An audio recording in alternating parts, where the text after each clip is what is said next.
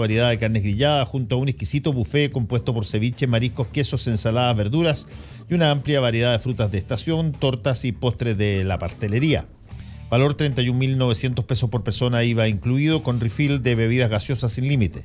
Reservas e informaciones, teléfono 222-335.000, sheratonsantiago.com. Casa Mía, residencia privada ubicada en el mejor sector de Providencia, ofrece departamentos especialmente diseñados para la comodidad y relajo de los adultos mayores. Cuenta además con talleres de terapia, transformándose en una alternativa real de residencia con marcado énfasis en promover la sensación de bienestar y buena salud de sus residentes. Al solicitar información, mencione Radio La Clave y podrá aprovechar beneficios extras. www.residenciacasamia.cl. Casa Mía se viene a vivir. El secreto del éxito está en tomar riesgos, es superar desafíos. Viva la vida Concho tomando buenas decisiones. Batería Hankook, mucho más. Combinación clave. Hay algunas personas que se están comunicando con nosotros vía redes sociales. Ricardo Díaz dice: una vergüenza la asistencia de Barros en la misa de Temuco, otro error de la jerarquía de nuestra iglesia. Carlos Muñoz dice: Kaiser existe porque Nicolás Ibáñez quiere, con frases para enmarcar un tipo que estaría en la pasta si fuese pobre. Yo tengo la impresión de que Axel Kaiser es bastante más potente que solamente ver quién financia su fundación, en todo caso, Carlos. Maldita Achichincle dice: me parece que sugerir que el auditor pensó que lo del Banco Mundial incidió en la derrota de Alejandro Guillé es un poco insultante. Lo que sí pasa es que dan ganas de hacer que muchos se coman sus palabras engoladas en contra de Michelle Bachelet en el pre de las elecciones. Daniel Pérez: ¿quién va a hacer la auditoría al Banco Mundial? ¿El Banco Universal o el Banco Galáctico? que hay más de un Banco Mundial. No, lo que ha dicho el Banco Mundial en todo caso es que la auditoría la va a hacer alguien externo. Y yo estuve buscando ayer información para saber si es que había habido alguna auditoría externa al Banco Mundial antes. Y no pude encontrar, pero supongo que no será la primera vez que el Banco Mundial tiene que hacer una cosa de este tipo. Estamos ya con nuestro panel de los días miércoles. Está con nosotros Viviana Yacaman, Guillermo Ramírez y Mario Villalobos. ¿Cómo están ustedes? Muy buenos días. Hola, buenos días. ¿Tienes frío, Guillermo? ¿Te no, corto el...? Pues muy bien. Que esté ahí como... No, para nada. El aire acondicionado está fuerte. Está rico, ¿no? Bien. Bueno, si es que se necesitaba algo para partir una semana noticiosa, pero entre la visita del Papa, lo del Banco Mundial y lo del Instituto Nacional de Derechos Humanos, pero hicieron la semana completa. Sí, tal cual. Me parece a mí. Así es que, ¿por dónde quieren partir? Les cedo el... Don Mario, ¿usted lleva más tiempo en este panel? No, sí, Mario es el guaripola del panel. Claro, no, yo creo que en el tema del Banco Mundial ya no hay mucho que hablar. Creo que quedó demostrado el fin de semana que efectivamente sí, las declaraciones al parecer fueron muy imprudentes, la de Rome. A mí me llamó mucho la atención la instalación de esta teoría de la conspiración que hubo tan rápido, tan fuerte. Me llamó mucho la atención las palabras de la diputada y senadora electa hoy día, Yasna Proboste, de Atacama. ¿Ya? Me pareció que hubo un intento incluso de algunas personas de deslegitimar la elección del presidente Piñera. Me pareció muy irresponsable. Yo creo que cosas así es bueno ponerle paño frío a veces. Yo mandé un Twitter un poco riéndome de la situación porque efectivamente me pareció una exageración. ¿Ya? Ahora, perdón, considerando que efectivamente las declaraciones fueron graves, o sea, efectivamente yo creo que si hubiese sido efectiva y si hubiese afectado las inversiones en Chile y todo lo que se sacó conclusión era muy muy grave. Y el hecho que el Banco Mundial quiera hacer una auditoría externa demuestra que sí eran graves, pero instalar una teoría de la conspiración ya me pareció un poquito... Pero no sé si es teoría de la conspiración, o sea, cuando el economista jefe, no es que es un rumor de un suche por ahí, o sea, el economista jefe del Banco Mundial pide perdón a Chile por haber perjudicado, y dijo así textual, políticamente al país.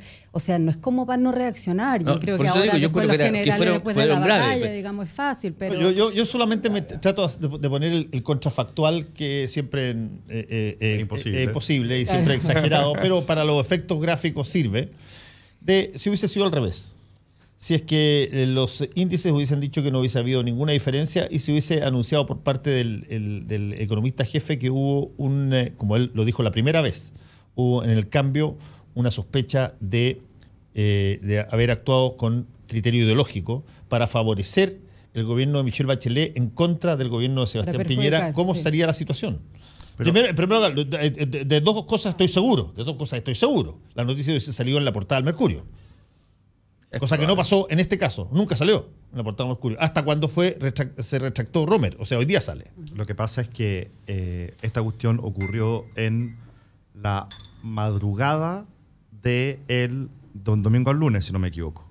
Es decir, todos nos enteramos de esto por EMOL. Y estuvo toda la tarde y todo el día colgado en EMOL porque ocurrió muy temprano en la mañana de Chile. Y al día siguiente la portada era el Papa, que acaba de llegar a Chile. No sé, bueno, pero está bien. Tú con tu cuenta.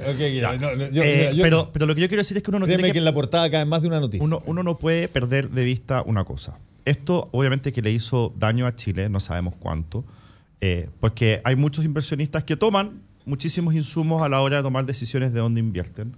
Y obviamente que uno de esos insumos son los datos del Banco Mundial.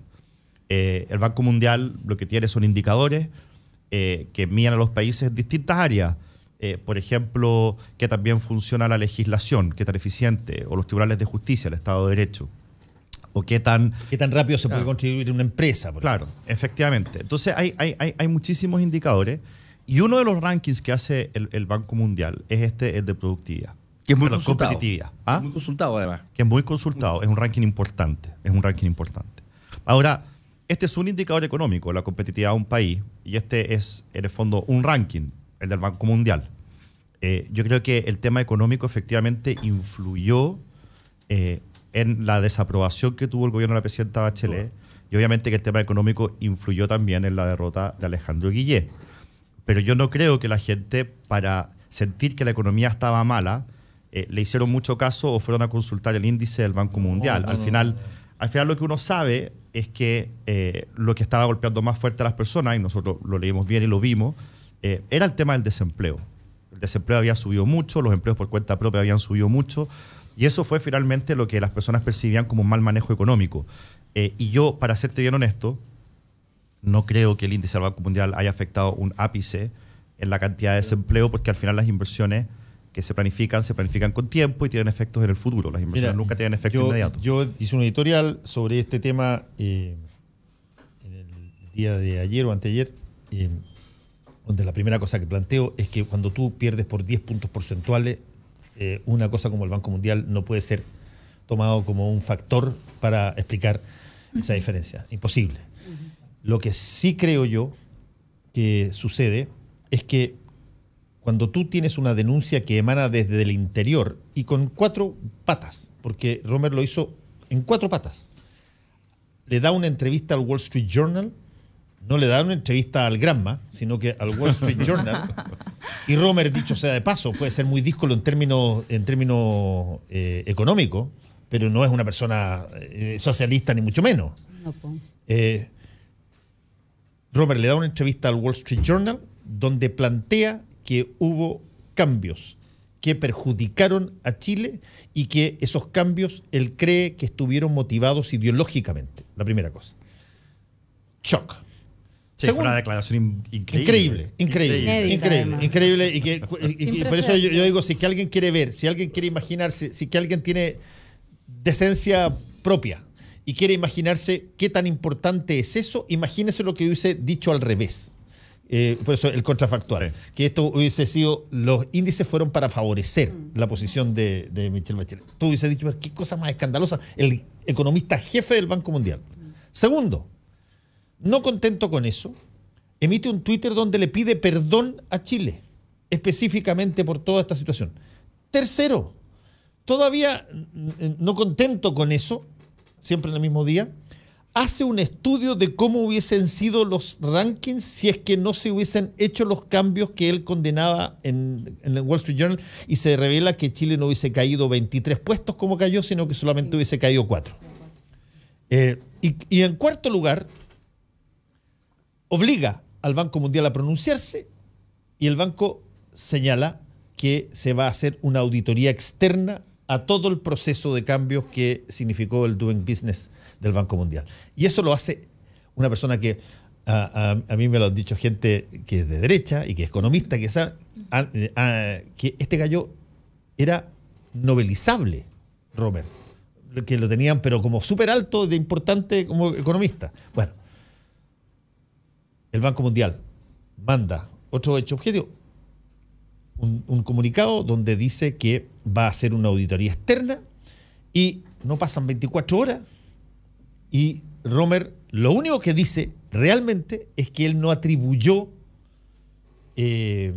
manipulación política. Con ánimo político. Con ánimo político a los cambios. Pero que sí sigue diciendo que sí, los cambios perjudicaron a Chile, sí, pero claro, no atribuye que esos cambios hayan sido hechos con intento político. No quise decir y no entendí que dije eso. Claro. Yo jamás he pensado que hubo motivaciones políticas para esto. Claro, es que esa declaración era muy incendiaria, la original. Pero salvaje, tremenda. Entonces, ¿qué hace uno con una declaración de ese tipo? En cualquier circunstancia o en cualquier país. Todo, por supuesto. La colocas aquí. A ver, explíquenos, Banco Mundial, ¿qué pasó?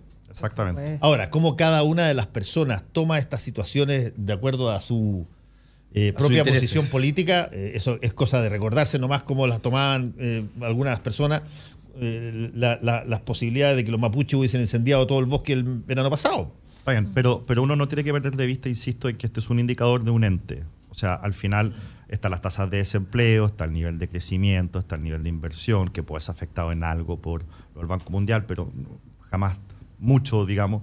Y hay una serie de indicadores económicos, todos los cuales se fueron deteriorando en el gobierno de la presidenta Bachelet, el gasto público, el nivel de endeudamiento, y en eso no tiene nada que ver Paul Romer. Entonces, acá yo también siento que, y por eso me molesta lo que ha dicho Jasna Proboste y otros, siento que esto también se está utilizando como para eximirse de culpas por un mal manejo económico. Que finalmente esto diga, bueno, entonces nos fregaron. Chile no estaba tan mal, nosotros no lo hicimos mal. No, momento, lo hicieron mal. Lo hicieron mal. En materia económica lo hicieron mal. Es que yo creo que ahí es donde está el punto, que yo te encuentro toda la razón, Guillermo.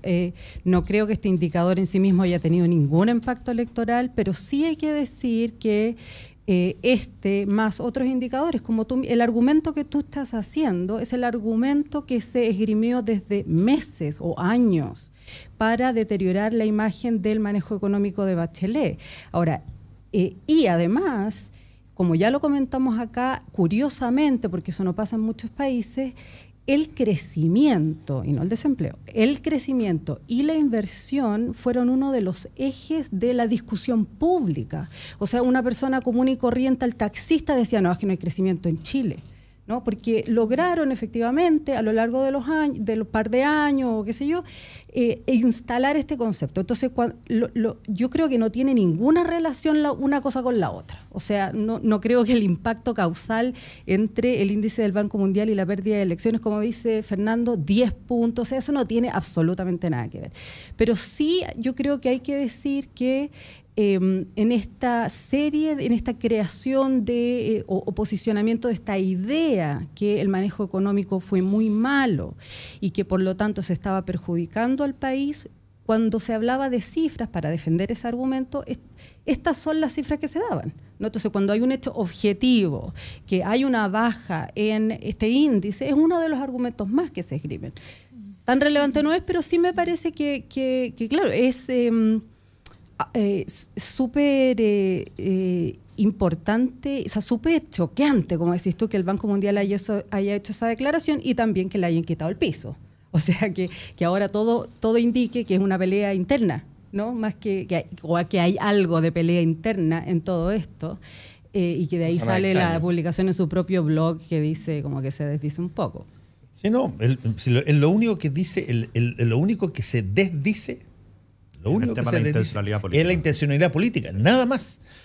Él sigue asegurando que el cambio desfavoreció a Chile.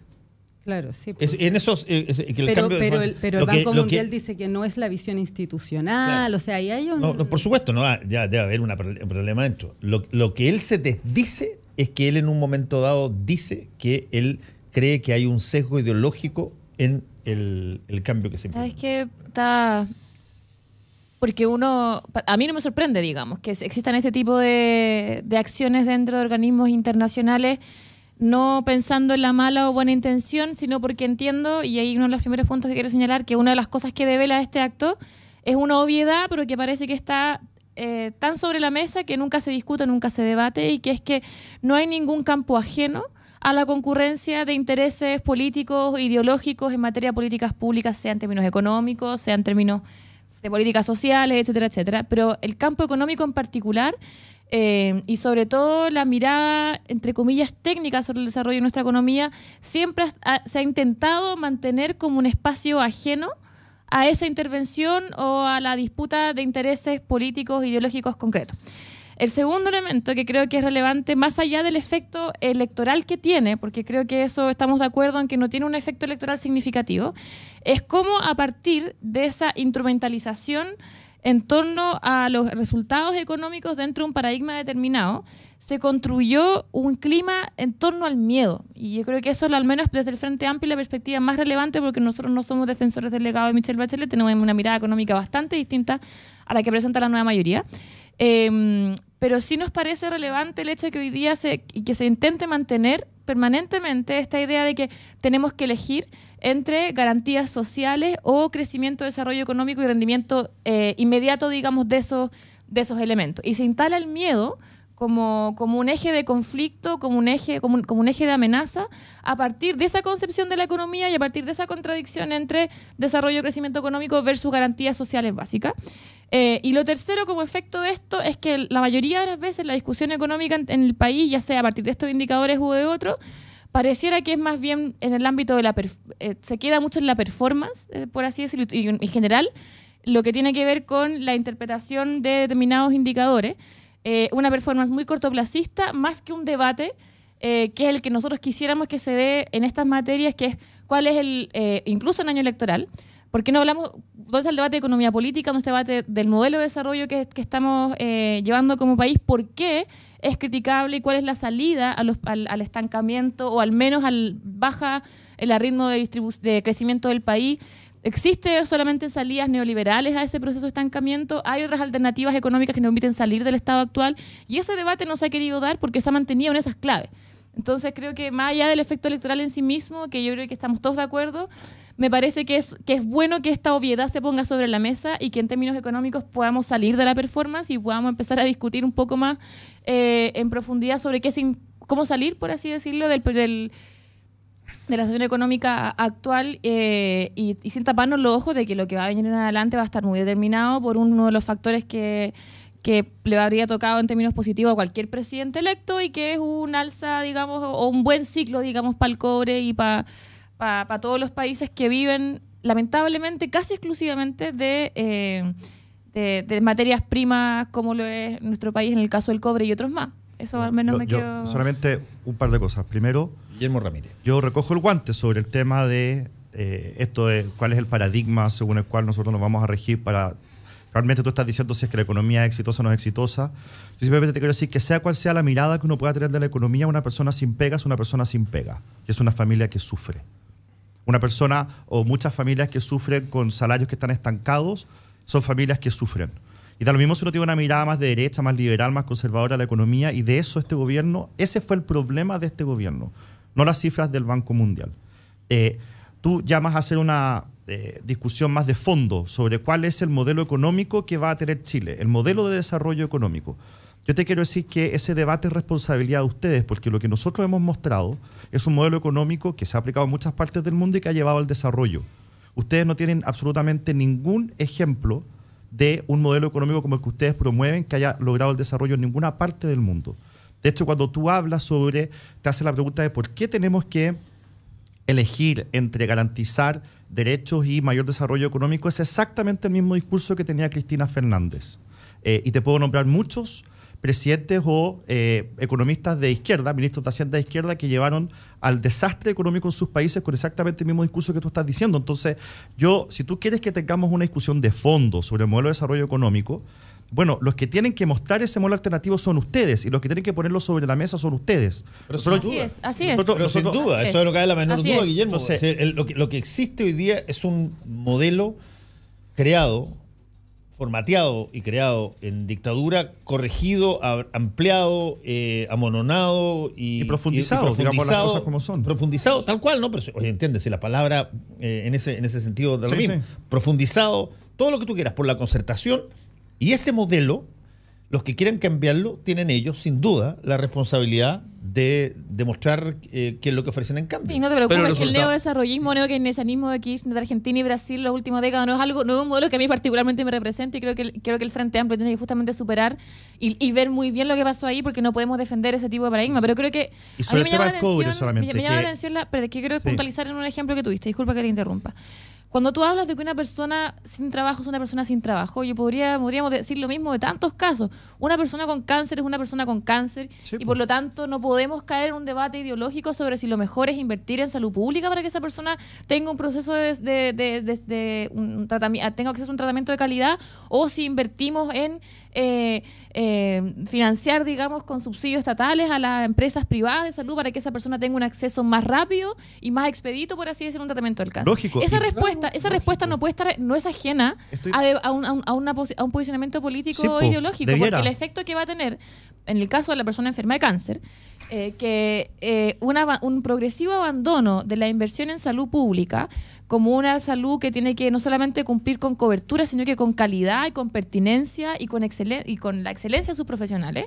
Cuando tú abandonas sistemáticamente esa política pública y mantienes esta lógica de subsidio a un privado que lucra y que además es parte, y cuando tú miras, digamos, quiénes son los que reciben los fondos de ese traspaso de parte del Estado, te das cuenta que, a propósito de lo que hablábamos la semana pasada de castas, de élites, que a veces el tema de la corrupción tiene mucho menos que ver con el maletín negro que llega y que se instala, sino que con una comunidad de intereses entre los cuales se vertieron la política pública, entre los cuales está, por ejemplo, el traspaso de fondos públicos para resolver Pero es que derechos sigamos- sociales. dame un segundo, Entonces, solamente es- A ver, es- conversemos. Te paso la palabra porque tú vas a hablar largo en esto porque la salud es tu tema. Ya, sigamos con el ejemplo de la persona con cáncer. Po. Lo que nosotros estamos diciendo es que si no se le atiende bien a esa persona en el mundo público, porque no están las capacidades por lo que sea, que vaya a una clínica privada y el Estado le paga. Es decir, no hay una mirada ideológica ahí. Simplemente lo que hay es solucionemos el problema. Depende. No, po, porque Depende. el Frente Amplio lo que te dice es esa persona no se puede ir. no se trata de eso. No se puede ir a la clínica privada porque Déjame- no puede dar traspasos, porque lucran. Tienes Entonces razón. esa persona se muere de cáncer. Déjame plantear la cosa de otra manera. Estoy totalmente de acuerdo con tu precepto original. El precepto original es lo que nosotros decimos, es que si esa persona no puede atenderse en el espacio público, tiene que atenderse en el espacio privado. Perfecto. Financiado por el Estado. Financiado por el Estado. Perfecto. Hasta ahí te compro todo. Mi pregunta es, ¿qué tanto hace el Estado para que esa persona se atienda en el espacio público? ¿Y qué tanto no están los incentivos, no están los lobbies para que efectivamente no crezca el espacio público de tal manera de que la persona se vaya al espacio privado con subsidio del Estado? Que se incentive que se produzca el traspaso. Pero es que no hay evidencia de que se haya estancado la salud pública, o sea, que se haya retirado inversión o que se haya tratado de no mejorarla para que finalmente la gente se atienda en el espacio privado. O sea, eso no ocurrió en el gobierno del presidente Piñera, tampoco ocurrió en el gobierno de la presidenta Bachelet. Qué O bonito. sea, de hecho, Cuando la tú mayor y tú cuando ves el programa de Alejandro Guillé o de Sebastián Piñera, ambos hablan de fortalecer la salud pública. Entonces, esa idea de que podríamos tener malos incentivos para que finalmente nadie se haga cargo de la salud estatal, tienes razón en la teoría de que eso podría ocurrir, pero no ha ocurrido. De hecho, en este gobierno se ha comprado, porque no es un traspaso, cuando se usa compra, la palabra, sí. porque la verdad lo que se hace es comprar servicios que el sistema público no puede dar. ¿Ya? En este gobierno se ha comprado mucho más servicios. que Pero el es año pasado, interesante, es un hecho. yo tengo un amigo, muy querido amigo mío, que como es una persona transparente, no tiene una persona de derecha y una persona empresaria, que me dice, mira, yo creé un negocio, una clínica, tengo una clínica cuyo objetivo único es recibir lo que no tiene el espacio público. O dicho de otra manera, no creé una clínica para atender y generar mi propio negocio de clínica. Yo lo que creé fue un negocio que se basa en que los hospitales públicos no van a dar abasto y por lo tanto los tengo que recibir yo. Y efectivamente se les trasladan una cantidad bastante grande y hacen un trabajo estupendo y está todo legal. Pero a lo que yo me refiero, tú no creas, no inviertes en una cosa en términos creo yo, de largo plazo, si es que tú no consideras que eso va a estar ahí durante mucho tiempo y va a estar recibiendo subsidios estatales porque los hospitales públicos no pueden recibir a la gente, ¿no? Sabemos Yo que esto quería- habrá muchos años. El tema de salud pública Pongamos un ejemplo. El tema de las diálisis, ¿ya? Donde hay una cantidad importante de dinero que se paga por diálisis en centros privados. Los hospitales que tenemos en Chile, el 60% son anteriores a la década del 60. Esos hospitales no están en capacidad, no están en condiciones técnicas, físicas, de infraestructura para atender pacientes que necesitan ser dializados. Por lo tanto, mientras no renovemos los hospitales, el servicio compra lo que él lo tenga.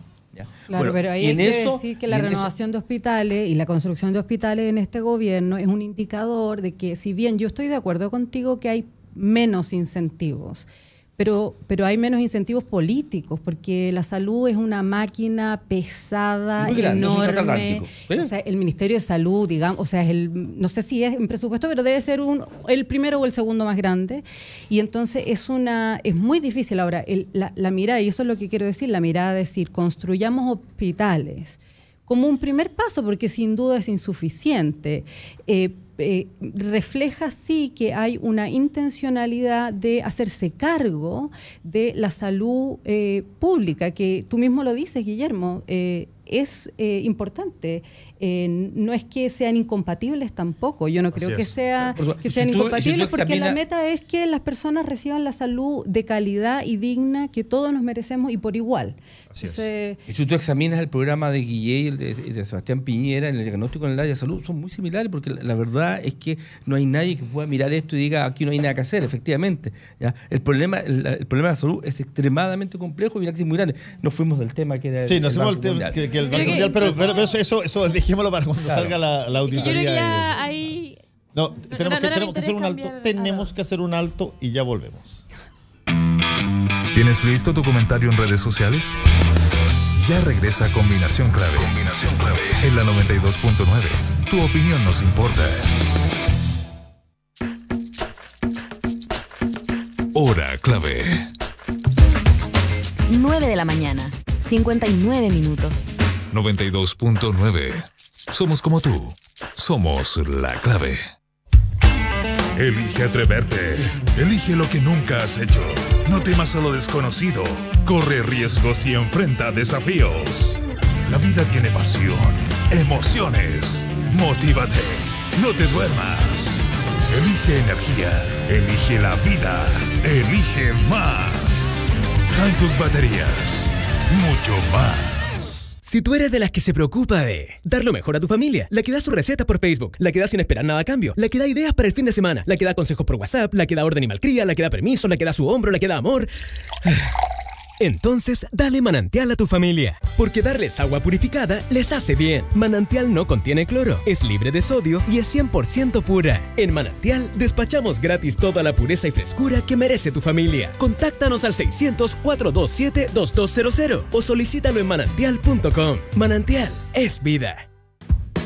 En el corazón de Providencia y a pasos del metro, Hotel Nogales and Convention Center. Un servicio de primer nivel con estacionamiento, Wi-Fi y desayuno incluido. En Hotel Nogales ponemos a su disposición nuestro centro de eventos con salones con capacidad hasta 400 personas. Reserve su estadía en hotelnogales.cl o a nuestro teléfono 223-356958. Hotelnogales.cl. Lo hacemos simple para usted. De lunes a viernes de 7 a 8 de la mañana. Todo lo que hay que saber para empezar bien informado la jornada. El Papa en Chile pide perdón a víctimas de abusos y señala que siente profundo dolor y vergüenza por los actos cometidos por miembros de la Iglesia. En materia internacional, conmoción causa en Estados Unidos el matrimonio que mantuvo encadenados y en pésimas condiciones de salud y nutrición a sus 13 hijos. Un joven de 17 años logró escapar y conseguir ayuda. Se dijo aquí el mensaje del Papa en Chile y el mundo apela a combatir la inacción, señalando en innumerables ocasiones que la paz es fruto de aquellos que trabajan por ella. Él quiere decir a todo el mundo que vivimos en una sociedad donde existen una serie de conflictos que nos mantienen paralizados en el sufrimiento y la angustia, pero dentro de la cual hay que tomar las riendas de los hechos y actuar. Cristian Parker, académico del Instituto de Estudios Avanzados de la Universidad de Santiago de Chile. Diario Clave. Revisión de noticias, datos, servicio y todo lo que necesitas saber para comenzar la jornada bien informado. De lunes a viernes de 7 a 8 de la mañana. Solo por la 92.9. Somos información. Somos la clave. Atento. Ya está de vuelta tu programa de actualidad y debate más entretenido. Tu opinión nos importa, así es que toma tu lugar en el panel, en @Radio La Clave y comenta. Es tu combinación clave.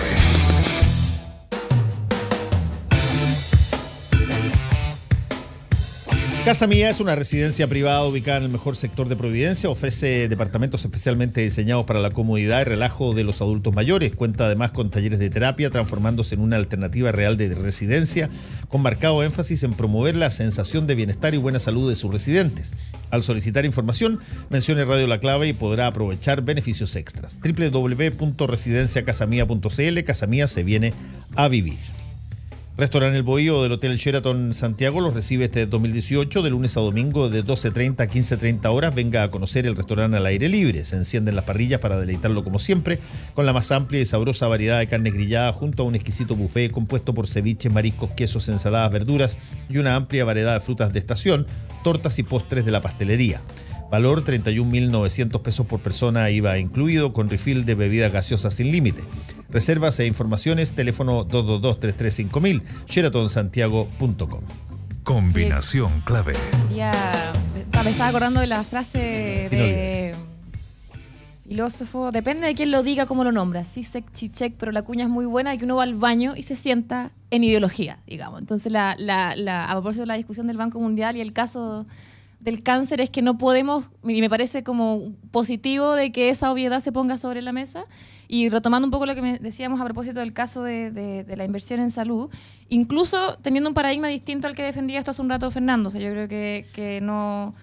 Creo que el Estado, el mercado como un espacio que provee, que complementa lo público, no es en sí mismo negativo, pero creo que no es responsabilidad del Estado financiarlo, sí regularlo.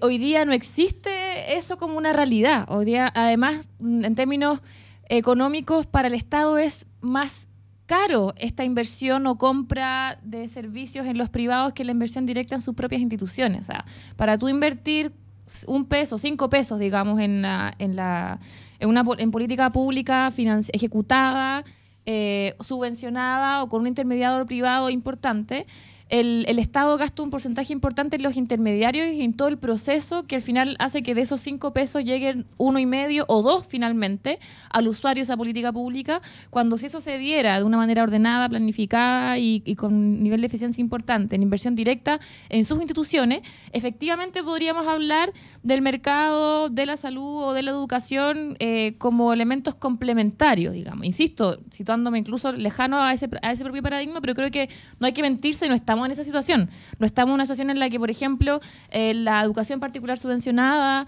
o las clínicas privadas, que no son las grandes clínicas, digamos, del barrio alto, sino que estamos hablando de las clínicas de atención masiva, en que sean una alternativa para que complementaria, digamos, frente a un servicio de salud pública excelente y que por gusto o por un margen pequeño uno opta por eso. Aquí lo que tenemos es que un porcentaje muy importante de la población accede a servicios privados de mediana o baja calidad, mayoría de ellos subsidiadas por el Estado o a través de un endeudamiento importante, un gasto público focalizado en servicios de dudosa calidad la mayoría de las veces, sobre todo en salud y en educación escolar, y un porcentaje minoritario que accede a servicios privados de alta calidad con poco nivel de endeudamiento porque están asociados a un nivel de ingreso importante. Entonces el Estado está produciendo y facilitando promoviendo, digamos, un alto endeudamiento familiar en acceso a servicios que debieran ser básicos garantizados por el Estado, además con un alto costo para el mismo Estado. Y yo creo que ahí es donde hay un problema importante y que en el fondo para explicar por qué el caso del hombre de la persona con cáncer no es una discusión. Quisiera saber de dónde sacas tú que es más caro para el Estado hacerlo de esa manera. Porque yo creo que esa idea es falsa y te puedo dar varios ejemplos. El ejemplo, por ejemplo, del subsidio a la vivienda, por ejemplo, cuando tú tienes de una UF que se invierte en vivienda social, en realidad el 0,4% termina en vivienda construida y el 0,6% se terminan los intermediarios. La pregunta es, ¿por qué dices tú que es más caro para el Estado hacerlo directamente que hacerlo a través de privados? Eso es lo que te estoy preguntando. No. Para el Estado termina siendo más caro hacerlo a través de privados que el mismo. ¿De dónde sacaste esa idea? Esa idea es completamente falsa y por eso las carreteras son concesionadas, por eso la alimentación de los niños de la Junaeve es licitada, por eso existen todas las licitaciones y concesiones en el mundo entero, porque es más eficiente y más barato hacerlo a través de privados. ¿De dónde sacaste? Lo mismo ocurre con Espérate, Guillermo, pero es que, a ver, la concesión que tú dijiste, yo no necesariamente estoy de acuerdo con lo que dice Valentina, pero la concesión no significa que sea más barato, ¿no? La concesión significa una cosa muy, muy sencilla, puede ser más caro. Mucho más caro puede ser.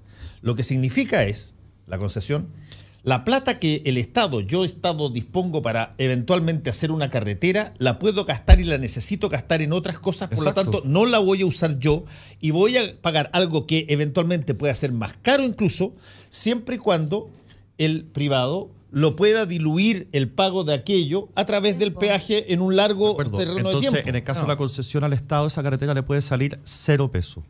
Obvio. En el caso, pero no vamos a un ejemplo de concesión porque son más obvios. Vamos a los casos de licitación. No, porque tú está bien. Pero estoy explicando por qué existen las concesiones y por qué existen las licitaciones. Justamente porque para el Estado es más barato hacerlo de esa manera. La idea que está diciendo Valentina sobre que para el Estado es más caro, me encantaría saber de dónde la sacó. No. Yo no digo que el Estado sea más. ¿De dónde sacaste que es menos eficiente? El mejor ejemplo de que tu observación puedes tener. Algunas veces puede ser correcto y otras veces puede ser equivocado, es que el caso de la construcción de los hospitales, el mejor ejemplo fue Curicó, porque lo bajaron que era concesionado, dijeron que era más caro y era más rápido y más barato hacerlo vía tradicional, se bajó de las concesiones, se hizo vía tradicional y ahí está el hospital, todavía no se empieza y el metro cuadrado salió casi un 100% más caro que... Sí, veamos lo que pasa con el hospital concesionado en La Florida y con el hospital concesionado en Maipú, donde los privados no cumplen con su contraparte. El problema que yo veo es un problema de contrato. Yo creo que no necesariamente es más barato si lo hace uno con recurso propio. Yo creo que eso perfectamente puede no ser así.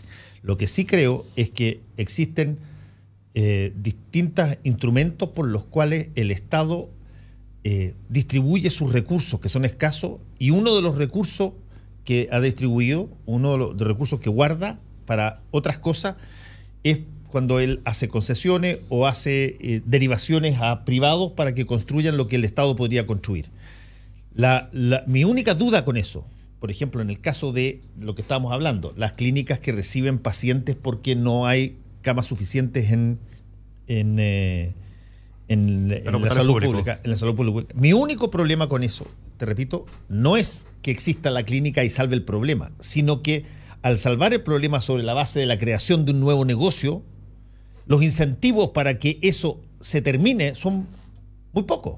Pero ¿cuánto? Tú generas una situación... Pero tu amigo que tiene esa clínica, ¿cuánta influencia tiene para evitar que el Estado invierta en salud pública o intente mejorar eso? Ninguno. La única que tiene es su existencia. O sea, es la existencia de la clínica. La existencia de la clínica provee un dique para que tú digas, oye, no es necesario gastar más plata en eso porque está opción. De acuerdo. Te voy a poner un ejemplo, tres ejemplos. Ya mencioné lo que pasa con el caso de la inversión en vivienda social. Ya cuando en el fondo tú entregas una cantidad de monto que finalmente un porcentaje muy minoritario termina siendo en política pública materializada para el usuario, porque los intermediarios, la cantidad de intermediarios que funcionan en un sistema de Estado subsidiario de política de gasto focalizada es muy grande, ya por así decirlo. Eso en primer lugar. Segundo lugar, el mejor ejemplo de que tenemos de lo poco eficiente, lo caro y además de los costos sociales que tiene la participación directa de privados en provisión de elementos que son derechos sociales pero que hoy día son vendidos como servicio, es el crédito naval del Estado, que no solamente ha generado un impacto importantísimo en las familias que se ven obligadas a endeudarse para acceder a la educación superior, sino que además es costoso para el Estado porque el Estado cada cierto tiempo compra y recompra carteras de clientes a la banca, entonces es menos eficiente, es más caro y tiene un efecto en la política pública en materia educacional. Voy a poner un ejemplo. Para eliminar el CAE hubo que hacer una reforma tributaria gigantesca. Es decir, usted con ese simple hecho queda claro que haberlo eliminado es más caro para el Estado. Si no, ¿para qué se hizo la reforma tributaria? Es que tu argumento de que es más barato para el Estado es falso. Puedes usar otros argumentos, pero ese argumento es falso. Si fuese verdad lo que estás diciendo, no habría sido necesaria la reforma tributaria. Yo quiero terminar este tema porque casi un tema como si estuviéramos en campaña y no estamos en campaña. No. Y quisiera que miráramos lo que está pasando ahora en este momento en la llegada a Temuco del Papa, porque este es uno de los hitos, de los dos hitos creo yo, y hay un tercer hito que transformó ayer el Papa con la recepción según lo que ellos informaron, de unas víctimas por abuso. Pero este es uno de los hitos de estas giras, que son giras en ciudades que el propio papado señaló le interesaba colocar temas. Se supone que aquí va a haber un tema que al Papa le preocupa bastante, que es el tema de los pueblos originarios en todas partes del mundo. Bueno, lo que ya ocupó ruido, lo que ya hizo ruido, es que apareció el obispo Barros de Osorno, quien dijo que él iba a cooficiar la misa junto con el Papa. ¿Esta, perdón? Esta. Sí. Ya. Esta va a estar ahí. Y ya está ahí, ya le han tomado fotos y toda la demás y toda la cuestioncita. Por lo tanto, este es uno de los hitos temáticos de la gira del Papa. El otro es Iquique con la inmigración. Se pensaba que el tema del abuso sexual iba a ser un hito temático, pero él decidió abordarlo, según lo que nos enteramos anoche, en términos privados, con un grupo de personas que no se sabe quiénes son, ni se sabe por quiénes fueron abusados sus hijos, o si fueron o ellos mismos, y a los cuales se supone que habló, pero no se sabe qué les dijo. Y por lo tanto, ese tema hasta ahora ha salido básicamente porque hay gente que está poniéndolo, pero en términos antagónicos, digamos, desde de las víctimas o las personas del extranjero que han venido. Curas incluidos. Sacerdotes incluidos. Este es el primero de los, llamémoslo así, temáticos. También tiene algo que ver con eso lo que pasó ayer con la cárcel de mujeres. La cárcel de mujeres muy fue bonito muy fuerte. esa... Fue una puesta en escena bien bonita y es primera vez que entiendo el Papa iba a una cárcel de mujeres. Ha habido cárceles, pero no a cárceles específicas de mujeres. Y este es el otro hito temático, que es el tema del conflicto en la Araucanía, en el caso chileno, y el de los pueblos originarios, por lo que va a haber mucha gente pendiente de lo que dice el Papa aquí. Por si acaso hace referencia, porque ha sido él particularmente duro en términos del trato a los pueblos originarios en todas partes del mundo, desde el Vaticano. Vamos a ver qué pasa ahora que se acerca este tema. Acuérdense que en Argentina, donde el Papa es, este tema está casi tan álgido como acá. Así es. ¿Qué tal les ha parecido que ha remecido esta visita papal el ambiente? En el caso tuyo, Guillermo, tú te tiraste una frase extraordinaria de polémica la semana pasada, al decir que tú pretendías que ojalá ibas a tratar de que el aborto de las 3 causales fuera muy acotado. Pero como tiene 3 causales, ¿qué más acotado puede ser a las 3 causales? Digamos? Que se acote a las 3 causales. Bueno. Entonces es eso, que se cumpla bien con la ley. Entonces sorprende que haya gente que le moleste ese, cuando todo el discurso de la izquierda fue que esto era excepcionalísimo y que iba solo acotadísimo a estas 3 causales. Lógico. Y uno frasea lo mismo y queda las cosas. Sobre esto simplemente, ayer Tele 13 hizo una cosa que yo encontré bien interesante, que fue que ellos mostraron cortos de 1 segundo, 2 segundos, de noticiarios de todo el mundo. Es impresionante cómo el discurso del Papa en La Moneda ayer sobre el tema de los abusos sexuales tuvo resonancia en el mundo entero. Yo creo que es lo más importante. La verdad es que, claro, nosotros no recibimos al Papa todos los días, entonces el Papa viene y dice una cosa así, y uno asume de que el Papa, en el fondo, habla de estos temas todos los días, en todas las visitas, en todos los países, y la verdad es que eso no ha sido así. A ver, mira, yo me acuerdo cuando yo trabajé en la parte de Juan Pablo Hermosilla, durante 1 año y medio, ese es el estudio que defiende a las víctimas de Caradima. Yo hice un ejercicio de colocar las referencias que el Papa había hecho a los abusos sexuales en términos de, básicamente, cuando los tocaba, cuando pedía perdón, etc. ¿Eso era Benedicto XVI? No, Francisco también. Francisco. Y Francisco, creo que el de ayer es la 12ª vez que dice prácticamente exactamente lo mismo. Pero al parecer nunca lo había hecho en el Palacio de Gobierno, en un lugar de gobierno en ningún país. Parecía ser que eso es lo que ha causado impacto. Mira, los lugares específicos. Pero es poco 12 veces, en el sentido que habla todos los días, lleva varios años. El punto es el siguiente. El punto es claro. En materia argumental, el Papa ha dicho mucho respecto de los abusos sexuales. Mucho. Y ha sido durísimo. Él fue el que creó el concepto de tolerancia cero. Lo creó él. Él crea la Comisión Pontificia para abusos sexuales de los niños. Lo hace él, no lo hace Benedicto XVI. Lo hace este Papa. Él es el que dice que las personas que abusan de los niños chicos no merecen estar en la iglesia. Es decir, mucho más fuerte de lo que dijo ayer. El problema es que cuando se traslada eso a acciones concretas de la iglesia, no ha pasado absolutamente nada. La Confesión Pontificia, que en una primera instancia se le solicitó que generara las bases para un tribunal, para que tuviera un tribunal a los obispos que bajo sus cargos hayan pasado abusos sexuales. Después se eliminó el tribunal, empezaron a retirarse las personas de la Comisión Pontificia, se expulsó a uno, a Peter Saunders, se retiró Mary Collins y está reducida a nada. Nos sacó un informe en 2 años. Y en ese sentido, porque... Déjame terminar. Sí. Con respecto a la otra cosa que es muy importante, que es cuál es el trato que se tiene en los casos judiciales. Se enfatizó la ley, el derecho canónico de que los obispos no pueden denunciar a la justicia civil de los países los casos donde hay abuso, aunque eso sea delito en esas jurisdicciones. No pueden. Tienen que entrar por ley canónica.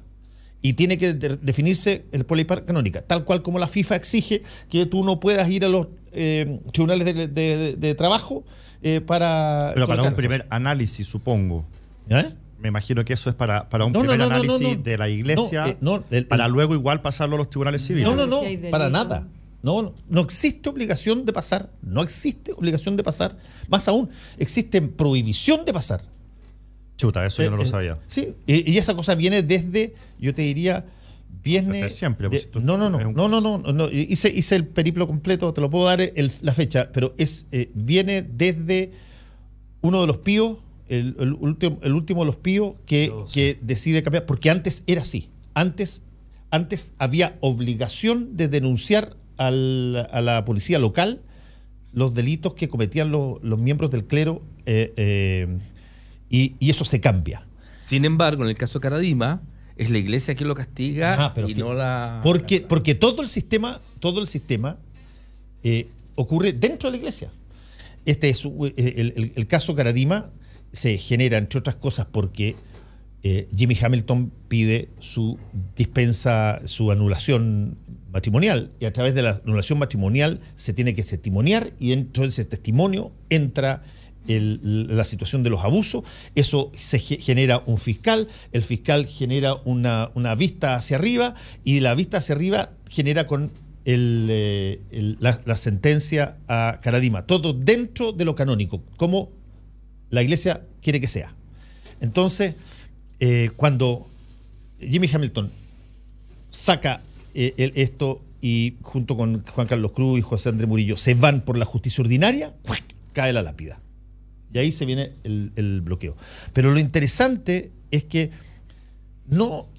ha habido mucho discurso potentísimo del Papa Francisco, pero muy potente. Lo mismo que pasa, como conversaba con Axel Kaiser en la mañana aquí que lo tuve, con los discursos que él hace contra el capitalismo. Han sido brutales, muy fuertes, pero a la hora de trasladarlo a qué cosas específicas, por ejemplo, el Vaticano está dispuesto a hacer con su fortuna, o con cómo invierte sus dineros, o cómo invierte en determinadas empresas alrededor del mundo, no hay grandes cambios. En el caso de los abusos, la pregunta es, ¿cómo puedes tú simultáneamente tener unos argumentos tan fuertes, tan potentes para condenar algo, y simultáneamente, por ejemplo, hacerle un protocolo de Estado a Bernard Law, que es un símbolo en Boston de encubrimiento brutal que hizo quebrar la diócesis con todo lo que tuvo que pagar en los juicios? ¿Cómo tú, por ejemplo, tenías la opción de decirle a Barro, oye, por respeto a... No reúne el problema, no hubo ninguna voluntad. En una segunda... No, pero esto es, como él lo ha dicho uno de los biógrafos de Francisco, es casi una rehabilitación. Entonces, una provocación, me parece. En términos del discurso, el Papa es extraordinario.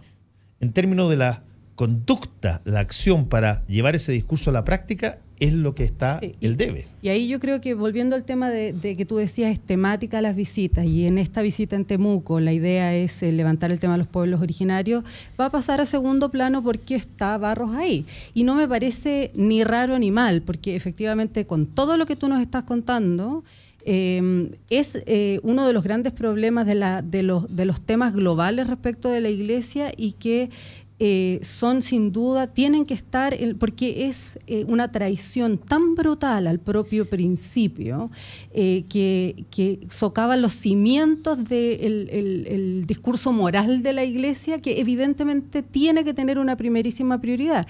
Y ahí en ese sentido yo creo que lo que dijo el Papa ayer, a mí, o sea, sí está bien, es más o menos fuerte, es menos fuerte, como tú dices, que en otras ocasiones, pero a mí me pareció súper extraño que dice, bueno, conozco el dolor de quienes han sido abusados, etcétera, etcétera, pero empata inmediatamente, ¿no? Acto seguido dice, y conozco lo difícil que es caminar con sotana, porque ¿no? Y le da mucho más énfasis a eso que a lo primero, debo decir. Sí me parece interesante que tiene todo este discurso respecto de no somos perfectos. Entonces no somos perfectos y el mostrar las heridas nos engrandece de alguna manera. Pero yo francamente no conozco ningún lugar, en ningún tipo de situación como donde hay una descomposición interna de una institución o problemas graves como violación de derechos humanos o como guerras o como, en fin, o como estos casos de escándalos donde se ha afectado la vida de muchas personas inocentes, donde salir de eso no significa un proceso real, porque efectivamente las comisiones que se crearon nos sirvieron para mucho, y hay que hacer, si el mundo ya lo aprendió, hay que hacer verdad, hay que hacer reparación, hay que hacer reconciliación, hay que hacer justicia y hay que dar garantías de no repetición. O sea, eso es una fórmula, digamos, que el mundo ya ha aprendido, y el Vaticano va en un cuarto del primer paso. Entonces, efectivamente, como tú dices, todo este discurso bonito no se condice con la realidad, y más aún, yo creo que responde de alguna manera a esta imagen que el Papa construyó sobre sí mismo, que es este Papa liberal progresista. Él tiene que pasar a la historia. Todas las personas, cuando asumen un cargo importante de poder, los presidentes deberían preguntarse eso el primer día. ¿Cómo voy a estar escrito en los libros de historia? Y yo creo que el Papa decidió ser el Papa que quiebra con este conservadurismo y esta lógica bueno, él viene del mundo peronista, así que tenía antecedentes, no es una cosa... Es jesuita además, y los jesuitas, yo estudié en el colegio San Ignacio Alonso Valle, el verdadero, y por lo tanto créeme que los jesuitas tienen una orientación en general, o sea, no digo que más no progre, sea, llámalo tú. No digo que sea, no sea es genuino. una cosa que el tipo, no es que haya escogido traje de que ponerse. No digo que no sea genuino en un origen, digo que efectivamente tener un discurso donde no estás dispuesto a hacer nada porque tienes a Barros al lado, o sea, no estás dispuesto a hacer nada, significa que de alguna manera también hay temas donde el Papa siempre, y fíjense en todo el medio ambiente, entonces son temas de la agenda progre que él siempre va a defender, y eso no significa que va a hacer nada al respecto. ¿Sabes qué? Me gustaría situar un poco más allá el debate sobre la situación de la Iglesia como a nivel internacional. Estoy tratando de pensar, yo sé que no tienen una relación directa, pero en la Iglesia que recibe a Francisco, y cómo las instituciones que han sido símbolos, porque hay varios íconos, por así decirlo, de la crisis o del proceso de pérdida de legitimidad de las élites en los últimos 5 o 10 años. Uno podría ir bien atrás en varios elementos simbólicos, pero vamos a partir en los años recientes. Yo creo que la Iglesia es el caso Caradima, y en los casos de más potentes de destape de abusos sexuales de parte de la Iglesia. Por otro lado están los casos de corrupción y el caso tanto a nivel político como a nivel de las instituciones que tenían más respaldo. Estoy pensando en Carabineros, en las Fuerzas Armadas en general. Y creo que todavía no hay un acuso importante de parte de estas instituciones en torno a cómo procesar el malestar que esas críticas han despertado, en el fondo. Creo que ha habido algunos giros discursivos, pero cuando nos enfrentamos, por ejemplo, a una iglesia que es muy extraño, porque en el caso de la visita de Juan Pablo II, esto lo mencionaba en otro espacio también, era un liderazgo mucho más tradicional, un liderazgo que más allá de su posicionamiento en otros aspectos, su gira coincide con un momento de posicionamiento político claro de la Iglesia respecto al último periodo de la Guerra Fría, qué sé yo, un papa marcadamente anticomunista, pero que llega a un país en dictadura, que lamentablemente se junta con el dictador, pero con una Iglesia que estaba mucho más enraizada y mucho más presente en lo social, en la defensa de los derechos humanos, el cristianismo de base. Era otra iglesia. Y hoy día pasa al revés, digamos, hay un papa con un discurso súper liberal, muy progresista, y llega y lo recibe una iglesia que ha perdido o que está desanclada o que, salvo excepciones, no tiene esa expresión. Entonces no existe, la preparación de la visita del papa no da cuenta de ese giro que la iglesia y otras instituciones debieran dar. Entonces, cuando se dan este tipo de contradicciones entre un discurso muy progresista, muy abierto y muy llano a asumir los errores de parte de la Iglesia en materia de abusos sexuales, y tiene a Barro ahí, digamos, en todas las misas, es muy parecido en términos de funcionamiento institucional a lo que pasa, por ejemplo, con el caso Moreira. O sea, lo desafueran, y todos a la espera de que efectivamente hubiera un procesamiento importante, y resulta que hoy día vemos que hay un resultado de la causa totalmente distinto. Entonces, hay un maquillaje súper... A propósito de derechos humanos, chico. Y pensando en la cantidad de tiempo que nos queda en el programa, no puedo dejar de mencionar el tema del Instituto de Derechos Humanos. Bueno, eso yo creo que es un tema gravísimo. Gravísimo. Yo estoy entre todavía Barros, yo todavía plop porque en este tipo de instituciones, por casi definición, las cosas no pasan súbitamente. No, claro. Porque además son derechos, el Consejo Directivo del Instituto Nacional de Derechos Humanos tiene una dosis de coteo también.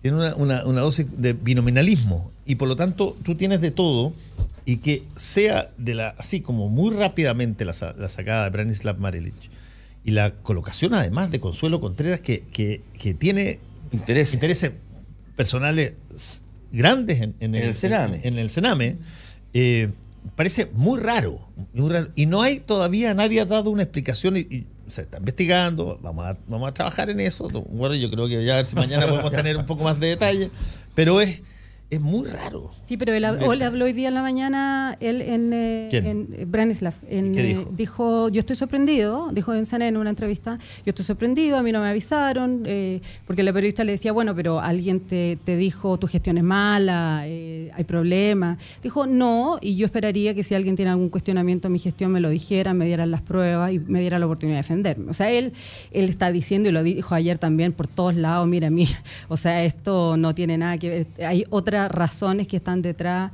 y él se lo atribuye un poco al tema del en el informe Sename, así es. El informe Sename estaba a punto de salir, o sea, de hecho lo iban a revisar en esa sesión. Sí, lo dijo, y lo dijo con claridad, o sea, no, y es más o menos evidente que eso tiene algo que ver. Me parece bien poco elegante, ¿no? O sea, una boda roja así bien... Sí, fue bien poco elegante, y me parece que además en lo más sustantivo le hace un daño enorme al país, porque las institucionalidades de respeto a los derechos humanos que se han creado luego de las dictaduras en toda parte del mundo, pero además en América Latina en particular, tienen que tener, son molestosas, son instituciones que le pegan al Estado, al gobierno, a los que están en el poder, y así debe ser. Y los países, en la medida que maduran, tienen que aceptar que eso es así.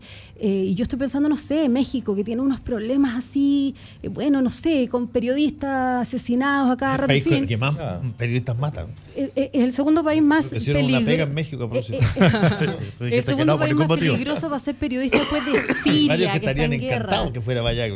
Oye, mira, hay más de 100 periodistas asesinados el año 2000. Imagínate el escándalo que eso sería aquí, un periodista asesinado. Bueno, y entonces el Estado, el gobierno, lo que hace es crear una institucionalidad para proteger a los periodistas específicamente. Y no digo que esa institucionalidad sea perfecta, pero sí hay denuncias, hay casos que se procesan, y el Estado reconoce todo el tiempo que está mal. Entonces aquí el Sename, uno dice, claro, hay una cierta mea culpa, mira, el Sename no funciona bien, pero cuando se hace un órgano independiente que va a molestar, porque va a decir algo que nadie quiere escuchar, existen todo tipo de movimientos, no digo solo esto, porque tampoco no lo sé a ciencia cierta, pero existen un montón de movimientos que han pasado en el país respecto de digamos, acotar y tratar de... el tema del Sename me parece peligroso. Pero ojo, va a haber más información sobre la situación del Instituto Nacional de Derechos Humanos, porque yo imagino que Branislav Marelich en algún momento dado va a dar una versión de lo que pasó. Igual otros directores o miembros del directorio del instituto. José Elwin va a tener que hablar. ¿Quién fue el que pidió el cambio? Claro, él pide el cambio. Por lo tanto, hay mucho todavía que esperar ahí de esa materia. Mario Villalobos, Valentina Olivares, Guillermo Ramírez y Viviana Yacamán, muchas gracias por haber estado con nosotros. Muchas gracias. Ahora los dejo libres para poder seguir escuchando al Papa. Volvemos en un ratito.